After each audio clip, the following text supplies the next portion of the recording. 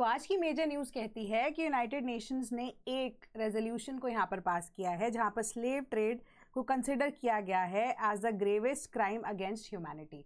And India चाहता है कि 60% तक non fossil fuel power sources by 2035 हम गैदर कर लें। इसको भी डिस्कस करेंगे। एंड एक स्टडी कहती है कि कावेरी बेसिन जो है वो ड्राई स्पेल को फेस करेगा अंटिल 2050। इसको भी डिस्कस करते हैं। Welcome to Sleepy Classes and 26 मार्च 2026 के करंट अफेयर्स को from the Hindu and related multiple choice questions को डिस्कस करेंगे। पहली आपकी न्यूज़ कहती है United Nations designates African slave trade as gravest crime against humanity. So यहाँ पर यूनाइटेड नेशंस की जनरल असेंबली ने अब transatlantic African slave trade को as a gravest form of crimes against humanity consider किया है। एंड कंसिडर करते हुए आजकल भी अगर आप देखो in certain rackets when they are caught, right, तो ये स्लेव ट्रेड जो है या ह्यूमन ट्रैफिकिंग जो है टिल डेट यहाँ पर पाई जाती है ना। तो यहाँ पर अगर आप देखोगे ना कि यूनाइटेड नेशन का जो चार्टर है वहाँ पर डायरेक्टली चार्टर के प्रियम्बल में ही ह्यूमन राइट्स की बात की गई है। एंड मल्टीपल जगहों पे भी आप देखोगे ट्रस्टीशिप काउंसिल की बात होती है, इकोसॉक की बात करते हैं, वहाँ पर भी अब ह्यूमैनिटी की बात या ह्यूमन राइट्स की बात टाइम एंड अगेन की गई है। एंड हमारे पास UNHRC तो यहाँ पर कंसिडर किया ही जाता है कि इंपॉर्टेंट फैक्टर। तो इसी वजह से इसी जो स्टडी के अकॉर्डिंगली यही चीज़ को अब डेजिग्नेट करते हुए रेजोल्यूशन को पास किया गया है। एंड ये अब रेजोल्यूशन जो है अडॉप्ट किया गया था वेडनेसडे को by a vote of 123 in favour and 3 against the US, Israel and Argentina. And 52 abstentions यहाँ पर देखने को मिली थी। ठीक है, तो अब क्वेश्चन को डिस्कस करते हैं जो कि आपके एग्जाम पॉइंट ऑफ व्यू से इंपॉर्टेंट है। Consider the following. पहली चीज क्या कहती है स्टेटमेंट कि international day of remembrance of the victims of slavery and the transatlantic slave trade is observed annually on 25 March. Second statement कह रही है the slave route project was launch by UNESCO in 1994। Which of the statements above is और are correct? तो इसका correct answer है option number C. दोनों की दोनों स्टेटमेंट्स यहाँ पर करेक्ट है। ठीक है, कल भी 25 मार्च थी जिसकी वजह से न्यूज़पेपर में आज जो है इन्फॉर्मेशन आई है। तो इसके अकॉर्डिंगली 17 दिसंबर 2007 को एक रेजोल्यूशन पास किया गया था एंड डिक्लेयर किया गया था 25 March as the International day of remembrance of the victims of slavery and transatlantic slave trade to be observed annually. क्योंकि अगर आप यहाँ पर मैप देखो तो अफ्रीका के एरिया से लोगों को लेकर आया जाता था। अर्लियर 12th 13 इवन 15 सेंचुरी के आसपास ज़्यादातर इसका प्रचलन बढ़ गया था, है ना। तो इवन कि north and south American countries के अंदर ज़्यादातर ये जो स्लेव ट्रेड है वो हुआ करता था। एंड इवन अमेरिकन कंट्रीज में भी अगर आप देखोगे ज़्यादातर स्लेवरी जो है उसका जो आइडिया आप कह सकते हो या इवन की यूजेज जो है इसकी काफ़ी ज़्यादा हुआ करती थी। इवन कि यूरोपियन नेशन के अंदर भी स्लेवरी जो है वो ज़्यादातर अकोमोडेट यहाँ पर अकाउंट करती थी। एंड मोस्ट इंपॉर्टेंटली इसको आइडिया क्या था कि स्लेव ट्रेड को रोका कैसे जाना है, क्योंकि अब सारे व्यक्ति जो है इरिस्पेक्टिव ऑफ द फैक्ट कि वो कौन सी कंट्री में है, be it a rich country और अ पुअर कंट्री, है ना, everybody deserves to be called a human and to live with dignity. यही सेम चीज़ यहाँ पर बोली गई।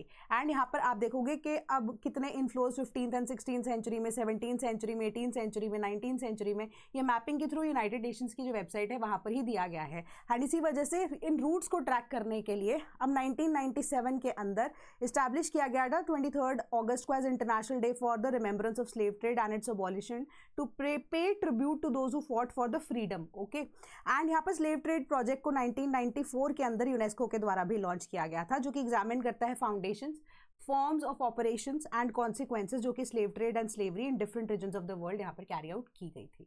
उसी के ऊपर रिसर्च एंड उसका इम्पैक्ट क्या क्या पड़ा सोसाइटीज़ के ऊपर, उसके बारे में ये बताता है। Then finance minister defends centre's right to levy says constitution allows it. तो यहाँ पर फाइनेंस मिनिस्टर ने डायरेक्टली एक चीज़ को बोल दिया है कि आप यहाँ पर हमें बोलते हैं कि टैक्सेस इतने ज़्यादा हैं, ये है वो है, तो हमें तो कॉन्स्टिट्यूशन ने यहाँ पर राइट दिया है, ठीक है, कि central government can you can से Levi taxes on people also.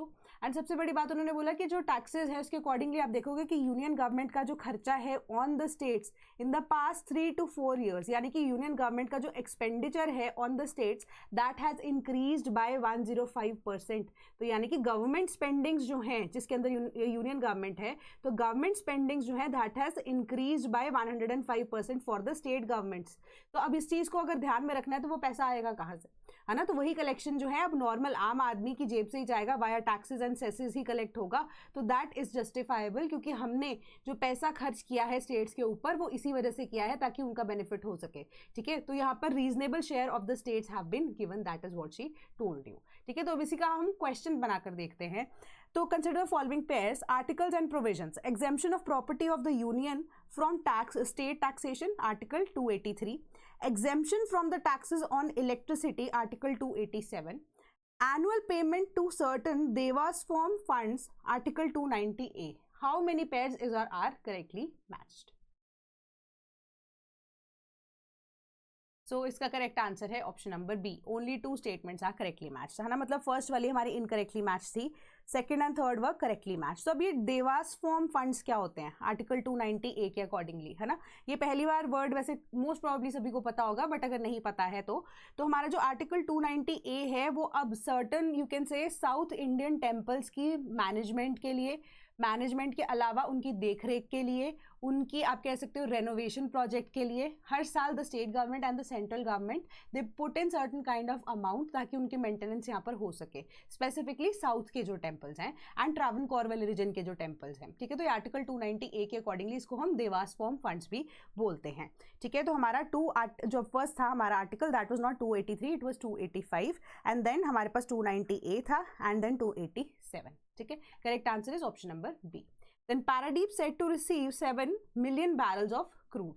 तो अब पैराडीप पोर्ट जो है वहां पर अगर आप देखोगे हमारे eastern side of the country पे पड़ता है, ठीक है, बे ऑफ बंगाल वाली साइड पे पड़ता है। तो जो पैराडीप पोर्ट है वहां के सोर्सेज के accordingly San Roman voyage carrying approximately 2,65,000 tons of metric tons of crude oil Angola Nigeria से आ रहा है, जो कि organisation of petroleum exporting countries के मेंबर्स भी हैं। एंड 2 शिप्स जो हैं वो पैराडीप पोर्ट पे ऑलरेडी यहाँ पर एम्प्टी कर रहे हैं अपनी वेसल को, ठीक है। तो मल्टीपल रिसोर्सेज से इंडिया ने अब क्या किया है, एलपीजी को इंडिया के अंदर या क्रूड ऑयल जो है उसको भी इम्पोर्ट कर लिया है। मतलब यहाँ पर कहने का यही है कि इंडिया इज बिल्डिंग रिजर्व्स, ठीक है, India is building reserves, plus हमारी जो कंट्री की डिमांड है उसको फुलफिल किए जाने की यहाँ पर बात भी की जा रही है। सिमिलरली फीनिक्स करके क्रूड ऑयल टैंकर है जो कि approximately 99,016 metric tons of crude oil लेकर आएगा पैराडीप पोर्ट पे। एक और टैंकर है अलेक्जेंड्रोस जो कि करंटली बे ऑफ बंगाल पे वेट कर रहा है ताकि अब पैराडीप पोर्ट पे उसको एम्प्टी किया जा सके। अब एल्मी टाइटन जो कि 3.296 lakh metric tons of crude oil लेकर आ रहा है वो भी डॉक करेगा पैराडीप पोर्ट पे।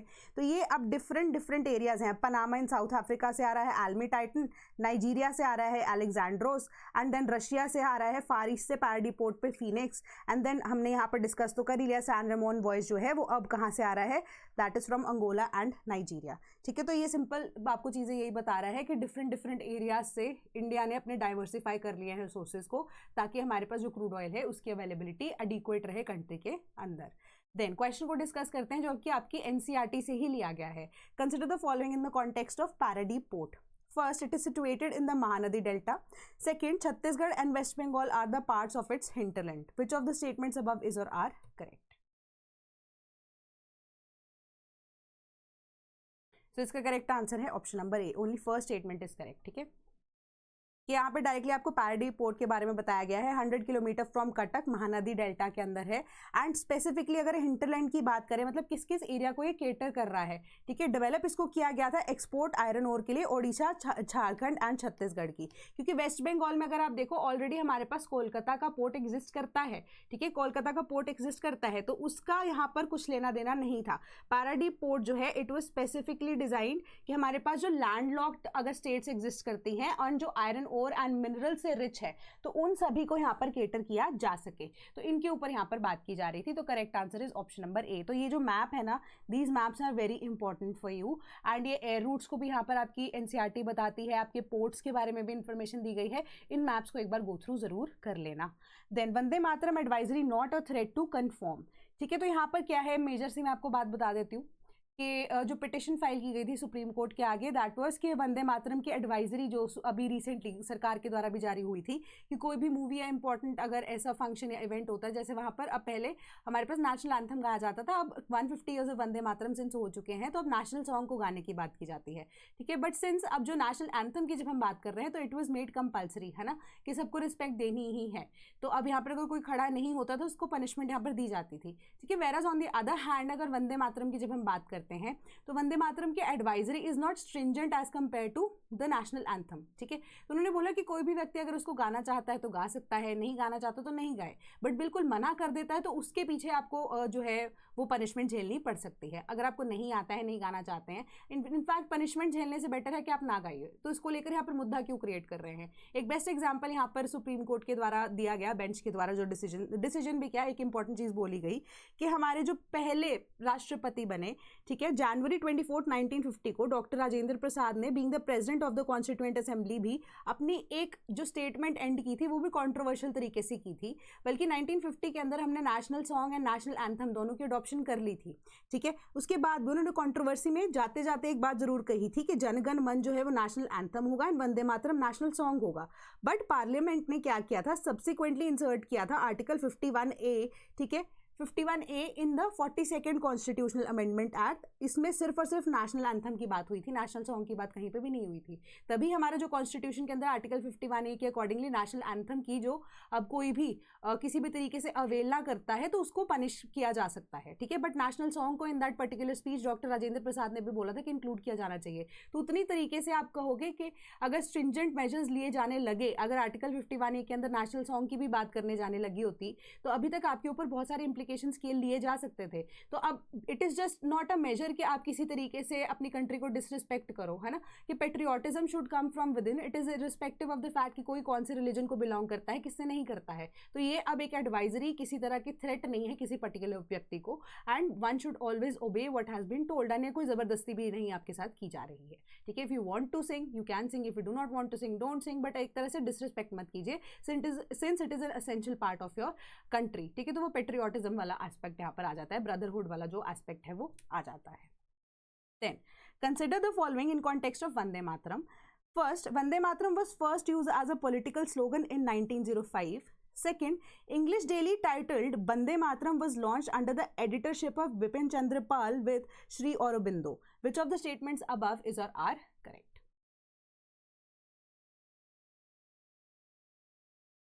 तो इसका करेक्ट आंसर है ऑप्शन नंबर सी, दोनों की दोनों स्टेटमेंट्स करेक्ट है। तो ये अब इंपॉर्टेंट इन्फॉर्मेशन है जो 150 ईयर्स ऑफ वंदे मातरम हम सेलिब्रेट कर रहे थे लास्ट ईयर, तो PIB से ही ये इन्फॉर्मेशन को गैदर किया गया है एंड उसी का ही स्क्रीनशॉट लगाया गया है कि since in the year of 1905 आप देखो कि बंगाल का जो यहाँ पर डिवीजन करने की बात चल रही थी, ठीक है, बंगाल की जो डिवीजन हुई थी या करने की बात चल रही है यहाँ पर, तो उसके बाद एक फीलिंग ऑफ यू कैन से इन वेस्ट बंगाल ऑल्सो, क्योंकि अब अगर आप देखो रविंद्रनाथ टैगोर जी ने इसको सबसे पहली बार 1800 के आसपास यहाँ पर गाया था, 1895 के आसपास इसको पहली बार गाया था, if I am not wrong about the year, ठीक है। तो correct me if I am wrong here.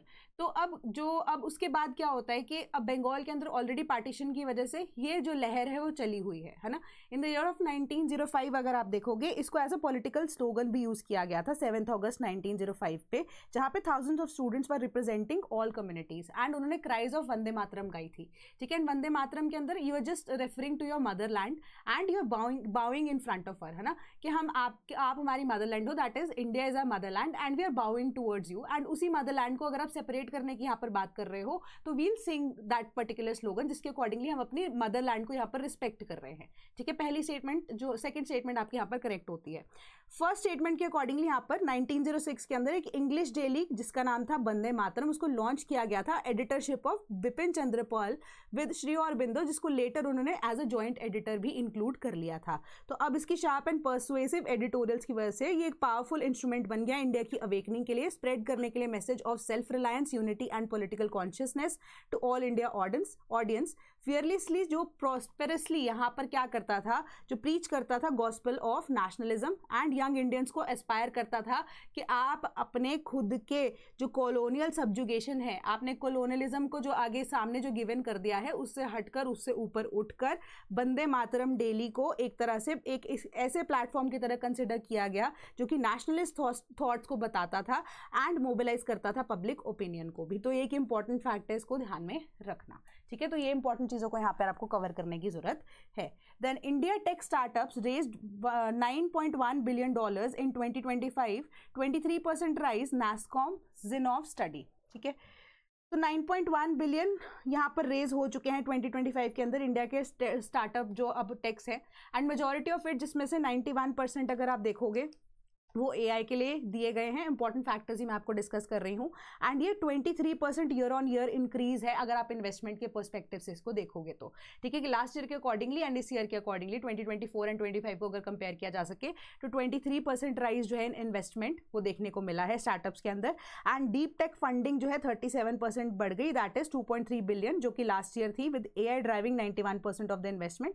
140 tech mergers and acquisition deals जो है वो 2025 के अंदर यहाँ पर रिकॉर्ड भी की गई थी।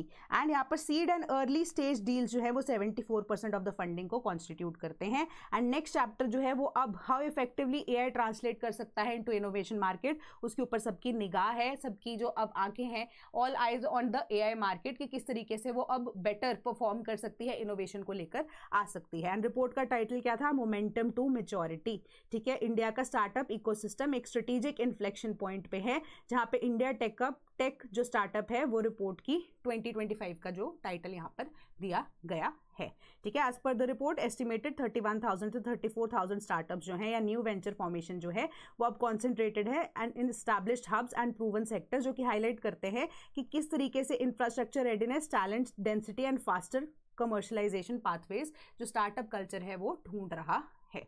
Then ministry of petroleum and natural gas ने अब डायरेक्ट किया है स्ट्रेंथन करने के लिए नेचुरल गैस इंफ्रा। तो यहाँ पर फिर से एसेंशियल कमोडिटीज़ एक्ट 1955 को इन्वोक किया गया है एंड उसके अकॉर्डिंगली जो भी अब हमारे पास क्या है, गैस पाइपलाइन है, ये जो गैस पाइप्स है ना, PNG की जब हम बात कर रहे हैं, पाइप नेचुरल गैस, उसके इंफ्रास्ट्रक्चर को डेवलप करने के लिए सरकार चाहती है कि जल्द से जल्द काम खत्म हो सके, ठीक है। तो एक जो ग्रिड है, नेशनल ग्रिड है फॉर द पाइपलाइंस, उसको जल्दी से जल्दी इस्टेब्लिश किया जा सके। एंड इसी वजह से जो मिनिस्ट्री ने स्ट्रेस किया है कि रिफॉर्म्स को चाहिए हमें एड्रेस करने के लिए जो डिलेज हो रहे हैं अप्रूवल्स के अंदर, access to lands and enabling faster development of natural gas infrastructure, जिसके अंदर रेजिडेंशियल बिल्डिंग्स भी हैं। And institutional investor friendly network को हमने इस्टेब्लिश करना है, इंप्रूव करना है हमने लास्ट माइल कनेक्टिविटी को भी। एंड जो गैजेट की नोटिफिकेशन है वो यही कहती है कि housing area and relevant entities के अंदर नेसेसरी परमिशन जो चाहिए वो अब बिल्ड या एक्सपैंड करने की, वो भी अब पाइपलाइन की विद इन 3 days प्रोवाइड की जानी चाहिए after receiving the application. And 48 hours के अंदर last mile connectivity till the time आपकी एप्लीकेशन 3 दिन में अप्रूव होगी, विद इन 48 आवर्स उसके ऊपर काम होना चाहिए। एंड पब्लिक एरियाज के अंदर जहां पर हाउसिंग एरियाज नहीं है, गैजेट क्लैरिफाई करता है कि एंटिटी को कंसर्न नहीं करना है, ना रिजेक्ट करना है for permission of for laying pipelines with in the stipulated timelines, application जो है वो अपने आप ही अप्रूव मानी जाएगी। मतलब हाउसिंग एंड रेजिडेंशियल एरिया के अंदर आपको 48 घंटे के अंदर, 3 दिन के अंदर अंदर परमिशन मिलेगी, 48 घंटे के अंदर अंदर आपको काम खत्म करना है। जो ओपन एरियाज हैं वहां पर ऑलरेडी इसको माना जाएगा, आप पाइपलाइंस को लेकर ना शुरू कीजिए, ऑलरेडी अप्रूवल आपको मानी गई है कि दे दी गई है, ठीक है, माना जाएगा कि दे दी गई है। Then RBI scraps treasury bill sale to support banking liquidity. अब ट्रेजरी बिल जिसको हम T बिल बोलते हैं, ठीक है, जो कि अब हमारे शॉर्ट टर्म मेजर्स होते हैं to curb the liquidity of the bank, ठीक है। तो T बिल क्या होता है? आपके जीरो कूपन बॉन्ड्स भी बोलते हैं हम उसको, आपने पढ़ा होगा इसके बारे में, मैं थोड़ी सी रिवीजन करा रही हूँ। जीरो कूपन बॉन्ड्स बोलते हैं, कहने का मतलब यही है कि जो उनकी फेस वैल्यू है उससे लो लेवल पे इसको जो है वो अब बेचा जाता है। जैसे for example in this context जो गवर्नमेंट है डिफरेंट मेथडोलॉजीज, क्योंकि शॉर्ट टर्म की बात यहाँ पर की जा रही है, तो 91 days, 182 days, 364 days की जो ट्रेजरी बिल्स है ये छोटे छोटे टाइम पीरियड्स के लिए ही होते हैं, जहाँ पर आप इंस्टीट्यूशंस लाइक बैंक्स को बोलते हो कि हम जो अमाउंट है जिस पे आप इस ट्रेजरी बिल को खरीदोगे that must be lower than the face value, ठीक है। कहने का मतलब कि एक ट्रेजरी बिल जिसकी फेस वैल्यू या मार्केट वैल्यू इस टाइम पे अगर 100 रुपीज़ है तो बैंक्स को वो दिया जाएगा 98 रुपीज़ में या उससे भी कम पे, ठीक है, ताकि आपको मैच्योरिटी पे 100 रुपीज़ के अकॉर्डिंगली जो पैसे हैं वो मिल जाए। इससे बैंक्स भी पैसा कमा लेंगे एंड शॉर्ट टर्म के लिए अगर गवर्नमेंट चाहती है लिक्विडिटी कर्व करना बैंक्स की भी एंड कह सकते हो आपके फाइनेंसेस को भी रेज करना, तो वो चीज़ भी अब इजीली की जा सकती है, ठीक है। बट इसके ऊपर अगर आप देखो RBI ने इस टाइम पे किसी को भी जो टेंडर है या जो आप कह सकते हो कि बैंक्स की लिक्विडिटी को कर्व करने का जो तरीका था उसके अकॉर्डिंगली किसी को भी टेंडर जो RBI ने नहीं दिया है, क्योंकि अभी ट्रेजरी बिल्स जो है वो RBI in the name of the central government या in the name of the government also वो अब क्योंकि स्टेट गवर्नमेंट के पास भी ऑप्शन होती है, इन the name of the governments अगर आप देखो ये इशू करता है, ठीक है। तो आरबीआई ने क्या किया है, रिजेक्ट कर दिया सारी बिड्स को at a treasury bill auction on Wednesday. तो ये पहला ऐसा मूव है 13 मंथ्स के अंदर जो कि एक्सपेक्टेड है, एक ऐसा स्टेप जो कि एक्सपेक्टेड है, जो कि बैंक सिस्टम की लिक्विडिटी को यहाँ पर सपोर्ट करेगा। And in the financial year and on March 31। तो गवर्नमेंट ने प्लान किया था कि 350 बिलियन रुपीज या $3.72 बिलियन को रेज करेंगे through this sale of treasury bills, but यहाँ पर रिजर्व बैंक ऑफ इंडिया ने इसको एक्सेप्ट नहीं किया है। लेटेस्ट मूव जो है एक्सपेक्टेड था कि वो बूस्ट करेगा लिक्विडिटी सरप्लस को बाय 350 बिलियन रुपीज, बट वो चीज़ यहाँ पर नहीं हो पाई है। बट हमें क्या पढ़ना था, यहाँ पर ट्रेजरी बिल्स के बारे में इंफॉर्मेशन चाहिए थी, वो मैं आपको दे चुकी हूँ। देन नेक्स्ट आपकी क्या न्यूज़ कहती है, India aiming for 60% non fossil fuel power sources by 2030। ये इंपॉर्टेंट आर्टिकल है कि अपडेट करने के लिए इंडिया की क्लाइमेट गोल्स को इंडिया ने प्लेज किया है कि by 2035 60% of the installed electricity capacity जो है वो नॉन फॉसिल फ्यूल सोर्सेज से होगी। ये इंपॉर्टेंट है आपके लिए। अब एम क्या है कि रिड्यूस करना है 47% इंटेंसिटी के एमिट करने के लिए पर unit of GDP from 2005 levels and increase करें हम कार्बन सिंक को 3.5 से 4 बिलियन टन। तो ये इंपॉर्टेंट है। एंड ये टारगेट जो है वो नेशनली डिटर्मिन्ड कॉन्ट्रीब्यूशन जो कि हमने पेरिस एग्रीमेंट में यहाँ पर 2015 के अंदर खुद से एक्सेप्ट की है एंड ये कम्युनिकेट की जाएगी United Nations framework convention on climate change. तो अब आप ये देखो कि एनडीसीज की जब बात की जा रही थी, इंडिया ने अभी तक अपना जो एनडीसी है उसको सबमिट नहीं किया था, ठीक है। इसके बारे में हमने डिस्कस भी किया था, इंडिया ने अपना एनडीसी सबमिट नहीं किया था। तो अब अपना जो एनडीसी सबमिट किया जा रहा है इंडिया, वो यही बता रहा है कि 60% नॉन फॉसिल फ्यूल्स के ऊपर हम बाय 2035 जाने वाले हैं, ठीक है। तो ये एक इंपॉर्टेंट चीज़ है।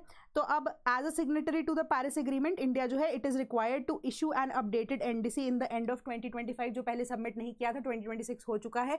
तो अब हमारी voluntary action towards transitioning away from fossil fuel के अकॉर्डिंगली हमारा नेशनली डिटर्मिन्ड जो अब कंट्रीब्यूशन है वो हम सबमिट करने जा रहे हैं। 30th edition of the conference of parties Belem Brazil के अंदर जो नवंबर लास्ट ईयर में हुआ था, एनडीसी जो है उसके ईयर एंड तक हमें सबमिट करना था, बट हम नहीं कर चुके थे। करंट कमिटमेंट्स के अकॉर्डिंगली इंडिया ने ऑफिशियली कन्वे कर दिया है यूनाइटेड नेशंस को इन अगस्त 2022 कि हमारे कमिटमेंट्स बाय 2030 क्या होने चाहिए कि 50% of the capacity of the electric power from non fossil fuel sources, reduce करने हैं intensity of emissions per unit of GDP by 44% and increase करने हैं carbon sink to at least 2.3 to 3 billion tons of carbon dioxide equivalent. And जो conference of parties या COP एक ऐसी body of Nations है जो कि कन्वीन करती है एनुअली डिस्कस करने के लिए क्लाइमेट इशूज एंड प्रपोजल्स जो कि ट्रांजिशन कर रहे हैं उनकी इकोनॉमीज को अवे फ्रॉम फॉसिल फ्यूल्स। ऑब्वियस सी बात है। एंड करंटली 52% ऑफ इंडिया की जो इंस्टॉल्ड इलेक्ट्रिसिटी कैपेसिटी है वो नॉन फॉसिल फ्यूल सोर्सेज से आती है, जिसको चेंज करने की जरूरत है। बट हमें ये भी पता है कि जो नॉन फॉसिल फ्यूल से आ रही है हम उसको ईजिली यहाँ पर एक्सट्रैक्ट नहीं कर पा रहे हैं। याद है आपको, मैंने उसके साथ उस न्यूज़ के साथ इसको लिंक कीजिए, क्योंकि हमारे पास वैसा ग्रिड सिस्टम ही अवेलेबल नहीं है फिलहाल, है ना। तो हम दूसरे फ्यूल सोर्सेज से अभी अगर नॉन फॉसिल फ्यूल से भी इलेक्ट्रिसिटी जनरेट कर रहे हैं तो हम उसको यूजेज नहीं अभी तक ढूंढ पा रहे हैं, ठीक है। कि उसकी यूजेज जब हमारे पास आ जाएगी सही तरीके से एंड जो रिक्वायर्ड इंफ्रास्ट्रक्चर है जब वो बिल्ड हो जाएगा तो धीरे धीरे करके प्रोसेस और तेज होना शुरू हो जाएगा। टारगेट जो कि अब हमने अचीव कर लिया है well before the deadline and 25% of the power generated is non fossil. And ये जो सोर्सेज हैं ये इंक्लूड करते हैं solar wind, hydro power, biomass and nuclear power. 2019 की स्टडी के अकॉर्डिंगली ऑफिशियल एस्टिमेट्स यही कहते हैं कि इंडिया ने अचीव कर ली है emission intensity 36% from 2005 to 2020 and carbon sink जो कि अब 1.97 billion tons of carbon dioxide के इक्विवेलेंट है उसको ऑलरेडी क्रिएट कर दिया गया है 2005 से 2019 के बीच में। हाउएवर जो फॉरेस्ट एंड ट्री कवर्स है वो 24.6% ऑफ इंडिया के लार्जेस्ट जोग्राफिकल एरिया ऑफ 2021 को कवर करता है, which is higher than the 21% जो कि 2005 के अंदर था, but still less than the global या नेशनल पॉलिसी जो हमारा गोल है दैट इज ऑफ 33%, उससे कम है, बट 21% से ज़्यादा है जो कि 2005 के लेवल से अभी हमें बताता है कि हमने 3% से ऊपर अभी अपना टारगेट रखा हुआ है, बट हम अचीव नहीं कर पाए हैं उसको, जो कि हमारा नेशनल गोल क्या है 33% का है।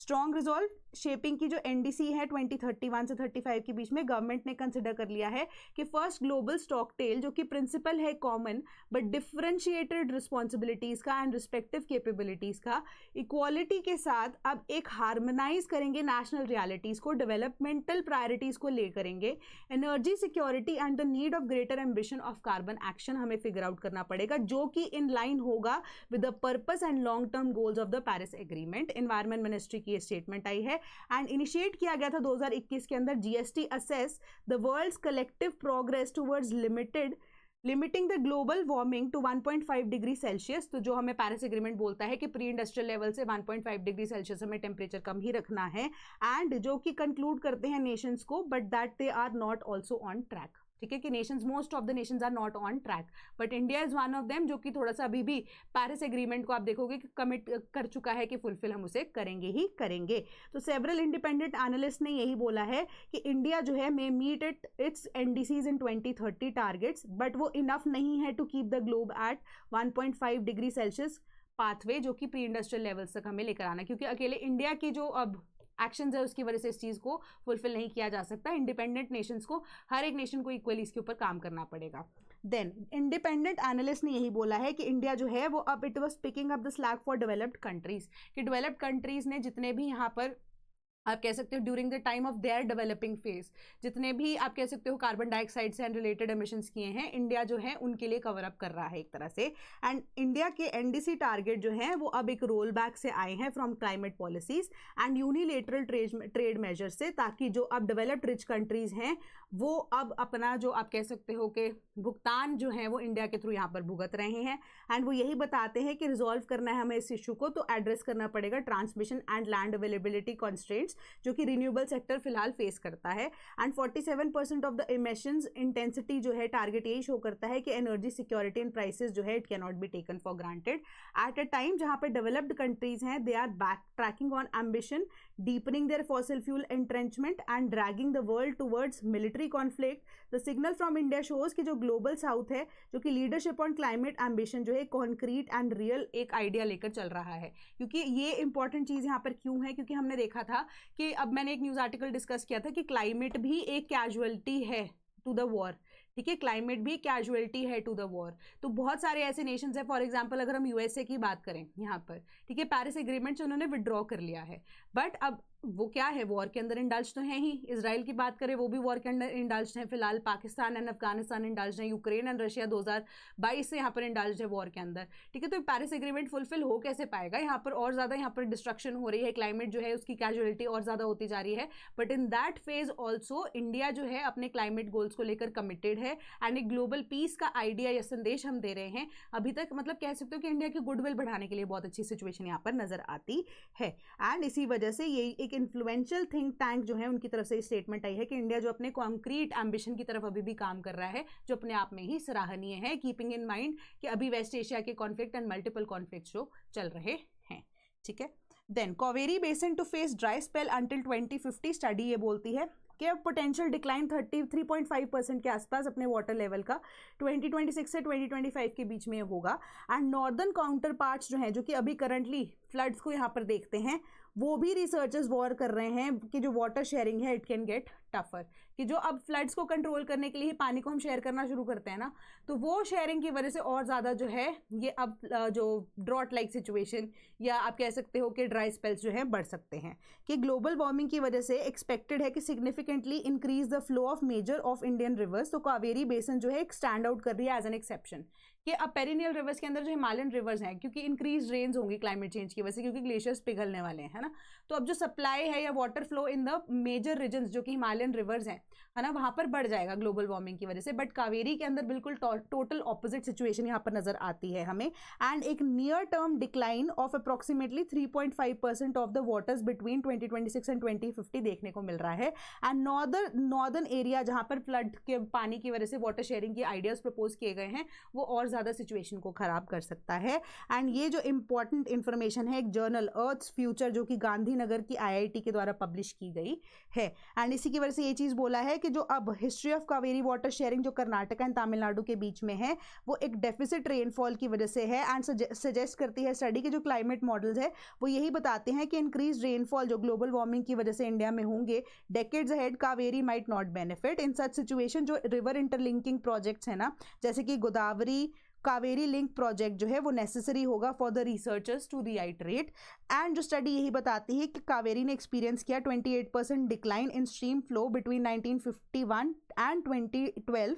एंड ये जो डेटा कलेक्ट किया गया था, एंड इसी वजह से अब यही चीज़ बताती है स्टडी के मॉडलिंग स्टडी के रिलायंट एंड हमारे पास एक्स्ट्रापोलेशन जो एफर्ट्स हैं, अटेम्प्ट्स हैं, हम यहाँ पर एरर्स को रिड्यूस करना चाहते हैं। एंड ब्लाइंडली अप्लाई करने से पहले क्लाइमेट मॉडल्स को हमें ये प्रेडिक्शंस को यहाँ पर ध्यान में रखना पड़ेगा। एंड ग्लोबल वार्मिंग का इम्पैक्ट इंडियन रेनफॉल पैटर्न्स पे क्या हो सकता है आने वाले टाइम में, इसके ऊपर भी ध्यान रखने की जरूरत है। एंड इसी वजह से स्टैटिस्टिकल फ्रेमवर्क एंड उनके एनालिसिस को, एक्चुअल रिवर फ्लो को आइडेंटिफाई करके टेबल भी किया गया है स्टडी के अंदर, जिसको गो थ्रू करने के लिए उन्होंने सरकार को यहाँ पर गुहार भी लगाई है। एंड इसी वजह से जो 9 स्टेशन हैं वो रिप्रेजेंट करते हैं 9 मेजर रिवर बेसिन्स, एंड वो एक्सट्रपलेट करते हैं कि कंस्ट्रेंट मॉडलिंग अप्रोच हमारे पास क्या होनी चाहिए। तो इसी के अकॉर्डिंगली आपको फर्दर डिटेल दी गई है कि 9 रिवर्स कौन सी हैं। इतना ज़्यादा डिटेल में आपको पढ़ने की जरूरत इस चीज़ को नहीं है फिलहाल, ठीक है। बस आपको मेजर स्टडी ने क्या क्या चीज़ बताई है। एंड वाटर चैलेंजेस के अलावा भी स्टडी ये हाईलाइट करती है कि परसिस्टेंट प्रॉब्लम हमारे पास क्लाइमेट साइंस में भी है कि जो मॉडल्स हैं जो एग्री किए जाते हैं इंडिया के अंदर, एंड यही चीज़ बोली जाती है India will become warmer in the coming years. तो उसी वजह से वाइडली हमें ये पता होना चाहिए कि रेनफॉल कितनी ज़्यादा गिर सकती है। एटलीस्ट आइडिया तो हो, एग्जैक्ट नंबर तो हम नहीं बता सकते, बट एटलीस्ट एक आइडिया तो हम उसके अकॉर्डिंगली लगा सकते हैं। एंड इसी वजह से जो कंस्ट्रेंट्स हैं हमें थोड़ा आइडिया उनके बारे में भी लग जाएगा। एंड अपनी जो क्लाइमेट मॉडल जो आप कह सकते हो जिनको हम इम्प्लीमेंट करने की बात करते हैं उसको भी रीआइटरेट किया जा सकता है अकॉर्डिंगली। एंड सोर्स मॉडल्स के अकॉर्डिंगली जो कि latest generation global climate models हैं वो साइंटिस्ट के द्वारा यूज़ भी किए जाते हैं प्रोजेक्ट करने के लिए क्लाइमेट चेंज के फ्यूचर, क्लाइमेट चेंज की वजह से क्या क्या चेंजेस आ सकते हैं। तो उन्हीं मॉडल्स को हम क्यों नहीं यूज़ कर सकते। हम अनकंस्ट्रेंड मॉडल्स को यहाँ पर देखते हैं तो उनके अकॉर्डिंगली 5% इंक्रीज इन कावेरी है, नियर टर्म रिसर्चर्स ने ये बोला। एंड 25% इंक्रीज भी इंडस के अंदर, 8% गंगा के अंदर, 16% कृष्णा के अंदर। बट ये जो रिस्ट्रिक्टेड एंड कंस्ट्रेंड हैं वो ज़्यादा रिलायबल मॉडल्स माने जाते हैं। एंड वेटर फ्यूचर जो है for most of the reverse increase, out of which अगर हम कावेरी को देखें तो उनका रिजल्ट जो है थोड़ा सा ग्रिम देखने को मिलता है कंट्रोल्ड मॉडल्स के तहत। अनकंट्रोल्ड की बात करो तो उसका डाटा इतना ज़्यादा रिलायबल यहाँ पर नहीं माना जाता। एंड जो रिसर्चर्स हैं उनके अकॉर्डिंगली यही चीज़ है कि रीआइटरेट करने की जरूरत है हमें अपने क्लाइमेट मॉडल्स को। देन कैबिनेट अप्रूव्स रीवैम्प्ड उड़ान scheme with changes in subsidy, ठीक है। तो यहाँ पे सिग्निफिकेंट पॉलिसी शिफ्ट आया है क्योंकि अब टियर 2 एंड टियर 3 रूट्स के लिए 3 to 5 ईयर्स के लिए, एंड यहाँ पर जो रूट्स हैं वो अब कितना ज़्यादा यूज़ होगा उसी के अकॉर्डिंगली यहाँ पे जो सब्सिडी है वो ग्रांट की जाएगी। एंड बजट आउटले 28,840 करोड़ रुपए का है। एंड ये शिफ्ट आया है कि हम अब एयरफेयर से लेकर direct funding from the exchequer को इंक्लूड करेंगे। पहले हम क्या यूज़ करते थे, वायबिलिटी गैप फंडिंग को, ठीक है, कि जितना पैसा अब एक व्यक्ति दे रहा है एंड कितना पैसा एक्चुअली, क्योंकि व्यक्ति मतलब कोई पैसेंजर दे रहा है उसके ऊपर कैप लगा दी जाती थी, एंड एक्चुअली में कितना अमाउंट यहाँ पर एयरलाइन को पड़ रहा है। सिंस अब अगर आप एयरलाइंस वाली इंडस्ट्री से रिलेटेड चीज़ों को देखें बहुत सारी चीज़ें महंगी होती हैं, इसके बीच का जो गैप होता था इसको वायबिलिटी गैप फंडिंग बोलते हैं। ये गैप जो है वो सरकार गवर्नमेंट दिया करती थी to the you can say airlines. But अब यहाँ पर क्या किया गया है, यहाँ पर अब डायरेक्टली सब्सिडी जो है वो अब एयरफेयर्स के अंदर ही डायरेक्टली डाली जाएगी, ठीक है, कि एक्स्ट्रा जो गैप है वो देने की बात नहीं हो रही, सब्सिडी इसी अमाउंट के ऊपर डायरेक्टली अब दे दी जाएगी टू द एयरलाइंस। एंड कोई भी ऐसा गैप की उम्मीद ही नहीं रहेगी, ठीक है। जो अमाउंट अब एक स्टेबल कैप लगा दी गई है वो सभी के लिए एप्लीकेबल होगा, ठीक है। तो इसी की वजह से 28,840 करोड़ आउटले जो है मॉडिफाइड है उड़ान स्कीम के लिए, जिसमें से 10,043 करोड़ जो हैं वो सब्सिडी के लिए दिए गए हैं एयरलाइंस के लिए, जो कि रीजनल रूट्स पे ओवर द नेक्स्ट 10 ईयर्स यहाँ पर फ्लाई करेंगे। एंड उसके बाद जो गवर्नमेंट ऑफिशियल्स ने एक्सप्लेन किया है कि जो एयरलाइंस है वो सब्सिडी डायरेक्टली अब उनको दे दी जाएगी for specific routes for 5 years at a stretch. तो इसी स्कीम के under the subsidies were not funded by the exchequer but through regional connectivity scheme, जो कि अब उड़ान एयरफेयर रूट्स के ऊपर बताई जाती थी, जिसको हम वायबिलिटी गैप फंडिंग बोलते हैं, ठीक है। अब डायरेक्टली सब्सिडी एयरलाइंस को दे दी जाएगी सिलेक्टेड रूट्स के ऊपर।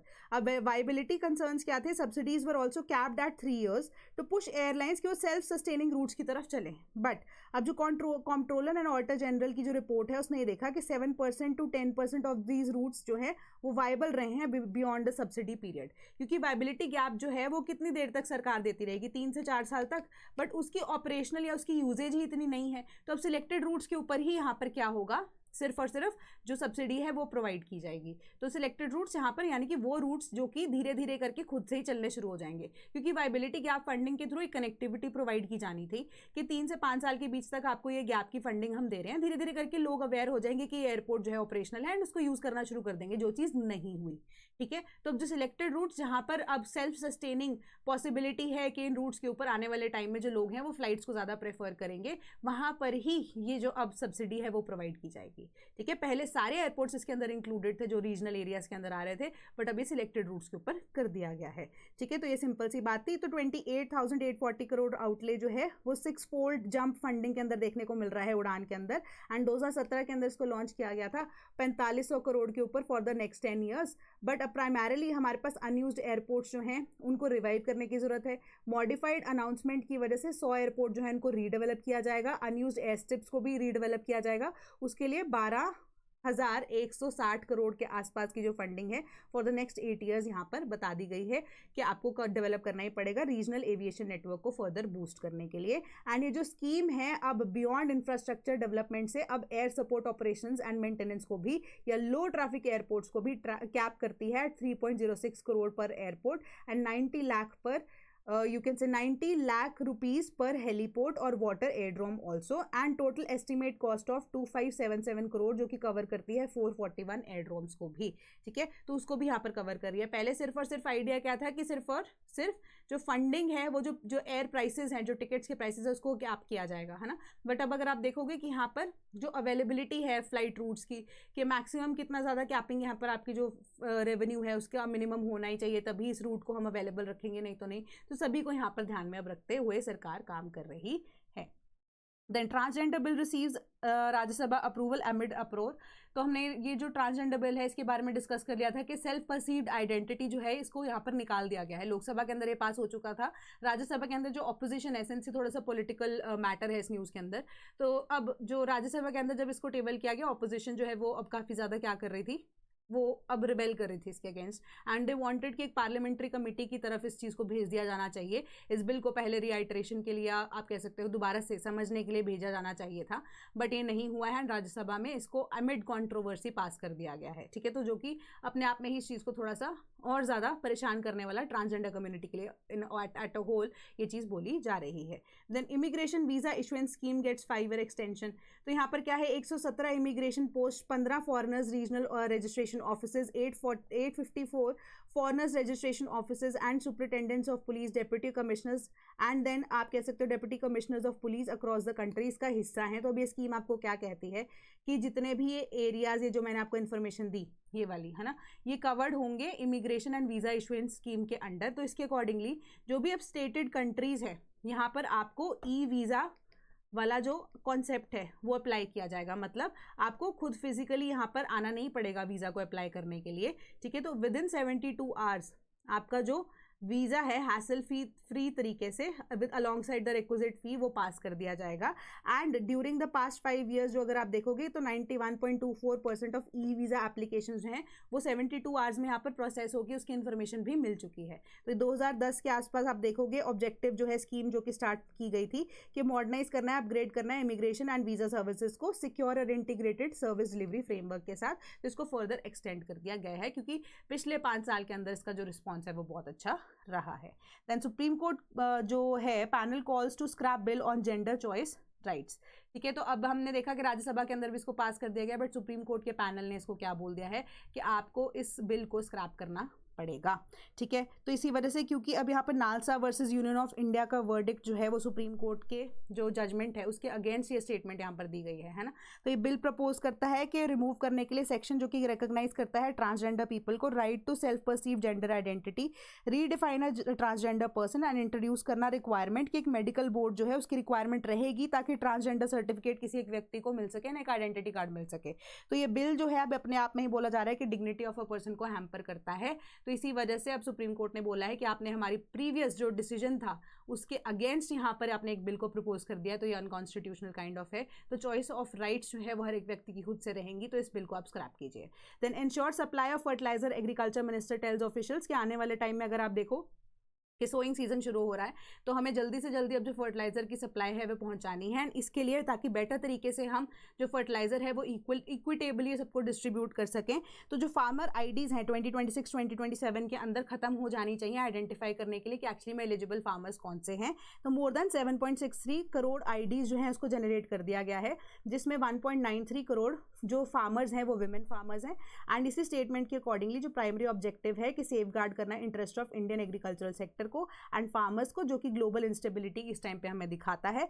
एंड यही चीज़ है कि मिनिस्टर ने बोला कि ऑफिसर्स जो है वो एक पॉजिटिव रोल इस क्राइसिस के टाइम पे प्ले करें एंड जल्द से जल्द काम खत्म करें, that will be relevant for all of us.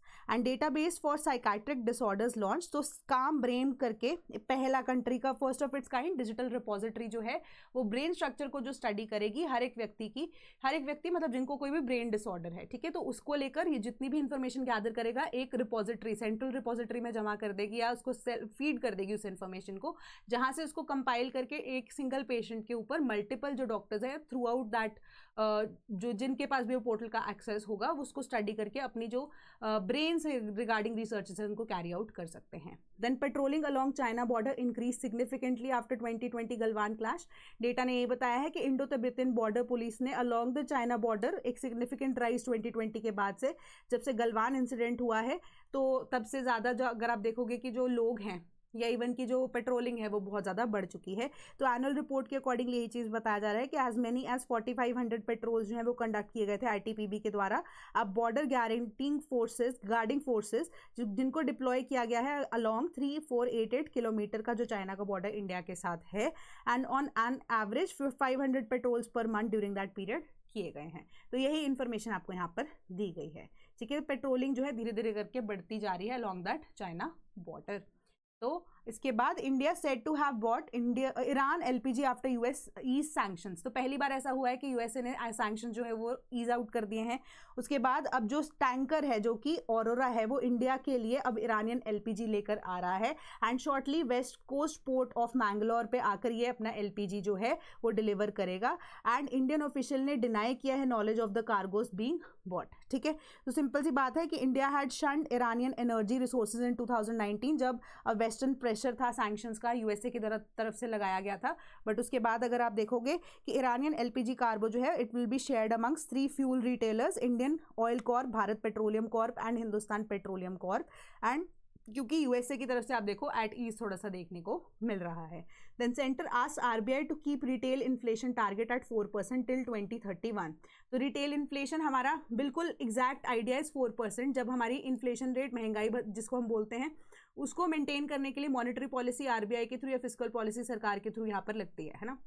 तो सरकार ने अब आरबीआई को डायरेक्ट किया कि 2031 तक आप जो इन्फ्लेशन रेट है वो 4% के आसपास रखिए, ठीक है। एंड यहाँ पर प्लस एंड माइनस 2 का आइडिया लगता है, या तो 2% एटलीस्ट मिनिमम होनी चाहिए। इससे अगर नीचे जा रहा है तो इकोनॉमिक स्लो डाउन होना शुरू हो जाएगा। एंड 6% जाएगा तो 6% से ऊपर मतलब ओवर ज़्यादा इन्फ्लेशन अगर हम देखने को मिल रही है, हाइपर इन्फ्लेशन जिसको हम बोलते हैं, वो देखने को मिलेगी, है ना। तो यहाँ पर बस सरकार ने गैजेटेड नोटिफिकेशन जो डिपार्टमेंट ऑफ इकोनॉमिक अफेयर्स के द्वारा यहाँ पर रिलीज की गई है, तो उसके अकॉर्डिंगली यहाँ पर जो नोटिफिकेशन है उसके अकॉर्डिंगली सरकार ने बोला कि 4% अपर टॉलरेंस लेवल रखना है of 6% and lower tolerance level 2% का। एंड ये इन्फ्लेशन टारगेटिंग फ्रेमवर्क जो है फॉर्मली टास्क किया गया था सेंट्रल बैंक को इन द ईयर ऑफ 2016, ठीक है। तो फर्स्ट मीटिंग जो अक्टूबर 2016 में हुई थी, जो कि 6 मेंबर मॉनेटरी पॉलिसी कमेटी की थी, एंड इसके अकॉर्डिंगली मैंडेट दिया गया था कि 4% एनुअल हमारे पास इन्फ्लेशन रेट होना चाहिए, अपर लिमिट 6%, लोअर लिमिट 2% की जो होनी चाहिए, ठीक है। सिंपल सी आपको ये बात, ये न्यूज़ बताती है। तो आज की न्यूज़ का सिलसिला यहीं खत्म होता है। एंड कोई भी अगर आपको डाउट होता है तो आप हमारे टोल फ्री नंबर 1800-890-3043 पे कॉल करके कोर्सेज की इंक्वायरी कर सकते हैं। एंड अगर कोई वैसे एकेडमिक डाउट होता है आपको तो कमेंट सेक्शन में आप बता सकते हैं। टेलीग्राम ग्रुप पे भी आप अपने जो डाउट्स है उसको पूछ सकते हैं, उसको भी जल्दी से जल्दी यहाँ पर केटर कर लिया जाएगा, सॉल्व कर लिया जाएगा। And if you wish to become a part of the sleepy family तो आप हमारी जो वेबसाइट है www.sleepyclasses.com उस पर भी विजिट कर सकते हैं, या आप हमें ईमेल कर सकते हैं sleepy.class@gmail.com. That is all from my side today. Thank you so much.